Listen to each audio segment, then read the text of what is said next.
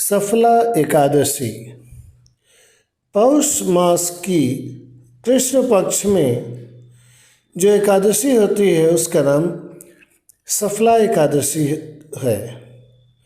आइए उसके महात्म्य को सुना जाए।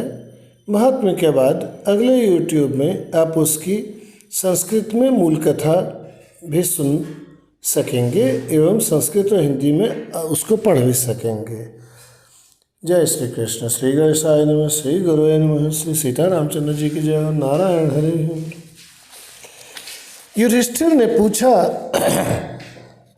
स्वामिन, पौष मास के कृष्ण पक्ष में जो एकादशी होती है उसका क्या नाम है, उसकी क्या विधि है तथा उसमें किस देवता की पूजा की जाती है, बताइए। भगवान श्री कृष्ण ने कहा, राजेंद्र, बतलाता हूँ, सुनो। बड़ी बड़ी दक्षिणा वाले यज्ञों से भी मुझे उतना संतोष नहीं होता जितना एकादशी के व्रत के अनुष्ठान से होता है। इसलिए सर्वथा प्रयत्न करके एकादशी का व्रत करना चाहिए। पौष मास के कृष्ण पक्ष में सफला नाम की एकादशी होती है। उस दिन विधि पूर्वक भगवान नारायण की पूजा करनी चाहिए। सफला एकादशी को नाम मंत्रों का उच्चारण करके फलों द्वारा श्री हरि का पूजन करें।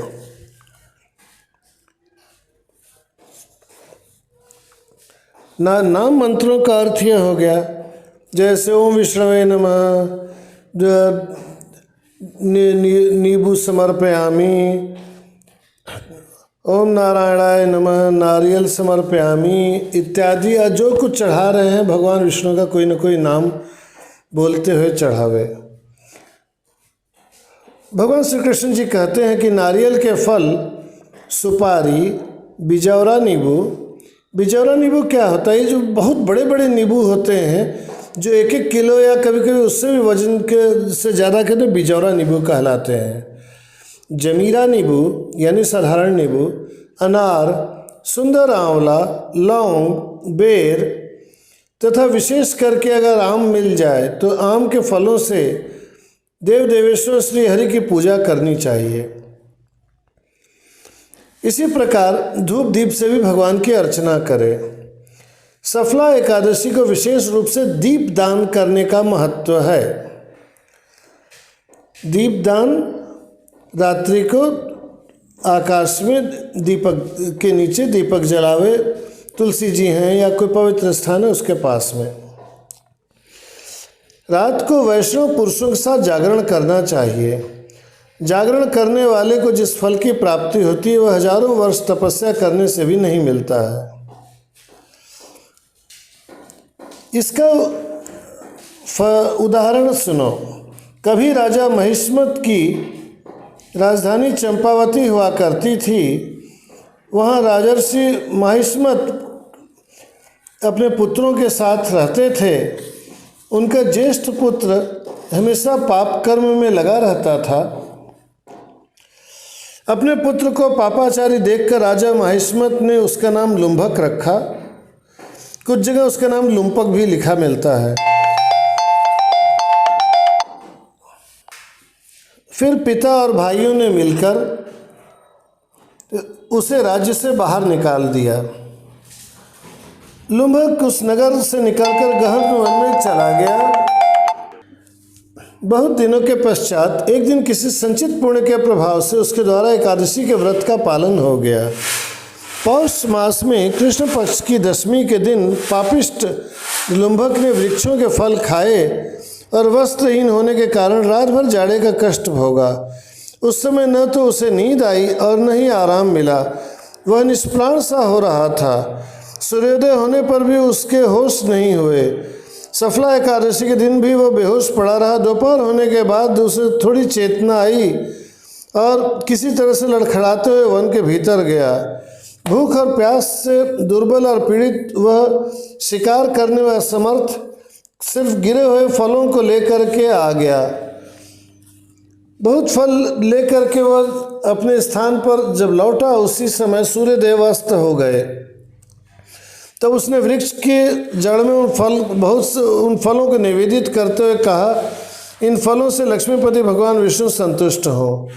यहाँ पर ध्यान देने योग्य बात है कि भूखे होते हुए भी उसने इस बात का ध्यान रखा कि सूर्यास्त के बाद वह फल को न खाए। सूर्यास्त के बाद दही नहीं खाना चाहिए, यह तो शास्त्र सम्मत बात है, परंतु फल नहीं खाने की बात कैसे उचित कही जा रही है? ये वस्तुतः परिस्थिति जन्य निर्णय था। जाड़ा है, 2 दिन का भूखा है, शरीर को गर्मी देने के कोई साधन नहीं है, अतः शीतलता देने वाली चीज़ों को उसने नहीं खाया। सामान्य रूप से स्वस्थ व्यक्ति के लिए दिन हो या रात कभी भी फल खाना लाभकारी ही होता है। रात भर लुम्भक को नींद नहीं आई, इस कारण से उससे अनायास ही इस व्रत का पालन हो गया। उसको आकाशवाणी हुई, राजकुमार तुम सफला एकादशी के प्रसाद से राज्य और पुत्र को प्राप्त करोगे। बहुत अच्छा कहकर उसने वह वरदान स्वीकार किया। इसके बाद उसका रूप दिव्य हो गया, बुद्धि उत्तम हो गई। वह अपने राज्य गया और वहाँ पर उसने 15 वर्षों तक अपने राज्य का संचालन किया। उसको जब पुत्र हुआ तब लुम्भक ने उस पुत्र, और वह पुत्र बड़ा हो गया तो लुम्भक ने उसको अपना राज्य देकर समस्त ममताओं के बंधनों को छोड़कर वन में चला गया। वहाँ व्रतशील रहते हुए शरीर छोड़ने के पश्चात भगवान श्री कृष्ण के समीप चला गया।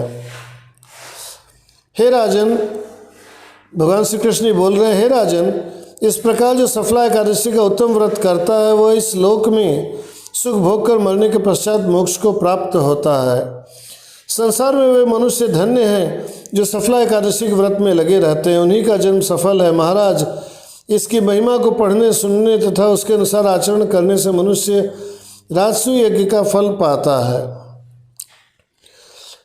कथा का महात्म्य तो पूर्ण हो गया, परंतु यहाँ पर एक बात कहना चाहूँगा कि इस कथा के 16वें मंत्र में एक विशेष बात कही गई है।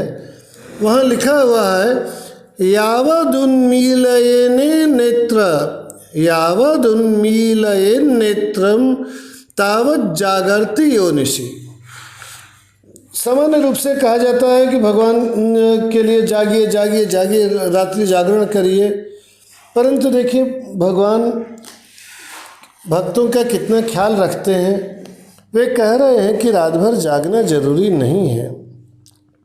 जब तक नेत्र नींद के वशीभूत न हो रहे हों तब तक ही रात्रि जागरण कर लीजिए, और तब तक प्रभु के नाम, रूप, धाम व लीला के प्रसंगों का यदि कोई हो सुनने वाला तो उसे सुनाइए, अन्यथा खुद ही याद करिए या पढ़ करके ज्ञानार्जन कीजिए।